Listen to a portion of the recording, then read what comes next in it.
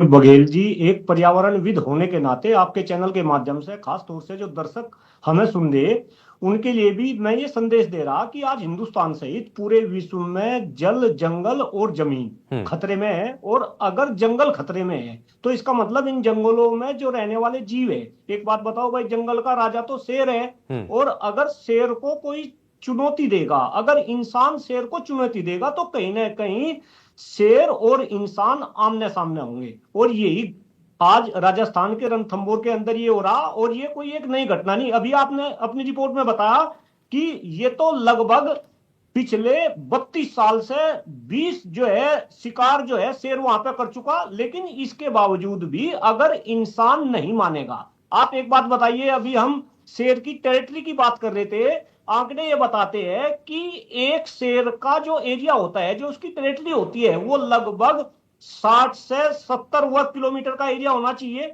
लेकिन वो घटते घटते अब 40 से 50 वर्ग किलोमीटर के एरिया पर आ गया। यानी कि शेर का एरिया, टाइगर का एरिया धीरे धीरे सुकड़ता जा रहा, जंगल धीरे धीरे कम होते जा रहे। और अगर जंगल कम हो रहे तो जंगलों के अंदर घास कम हो रही, जंगलों के अंदर घास कम हो रही तो कहीं ना कहीं जो वहां पे जानवर है, जो शाकाहारी जानवर है, वो जानवर भी कम हो रहे। और अगर जानवर कम हो रहे तो शेर का जो भोजन है वो जंगल के अंदर कम होता जा रहा।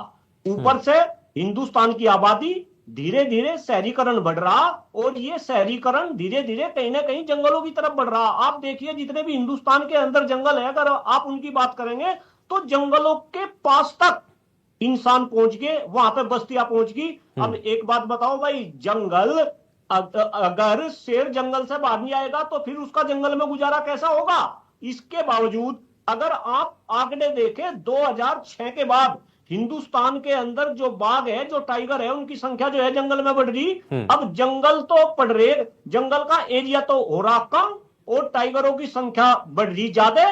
और जंगलों के बीच में जो टाइगरों का संघर्ष है, आप जरा ये भी समझिए, संघर्ष केवल इंसानों के अंदर नहीं, बिल्कुल। संघर्ष बाघों के अंदर भी है, हम्म। जंगलों के अंदर। तो कहीं ना कहीं जब संघर्ष होते हैं तो उसमें जो बूढ़े टाइगर होते हैं, बाघ होते हैं, वे मारे जाते हैं। और कुछ टाइगर इस संघर्ष से अपनी टेरिटरी छोड़ के वो नई टेरिटरी की तलाश में आगे बढ़ते हैं। हम्म। और वो फिर जो हमारा जो शहरीकरण होता है, जो आबादी होती है, उसकी तरफ वो जो है निकल पड़ते हैं। हम्म। और जब उसकी तरफ निकलते हैं, जो जिस तरीके का रिस्पॉन्स इंसान का इन जानवरों के लिए होना चाहिए, बाघों के लिए होना चाहिए, उस तरीके का रिस्पॉन्स उनको नहीं मिलता।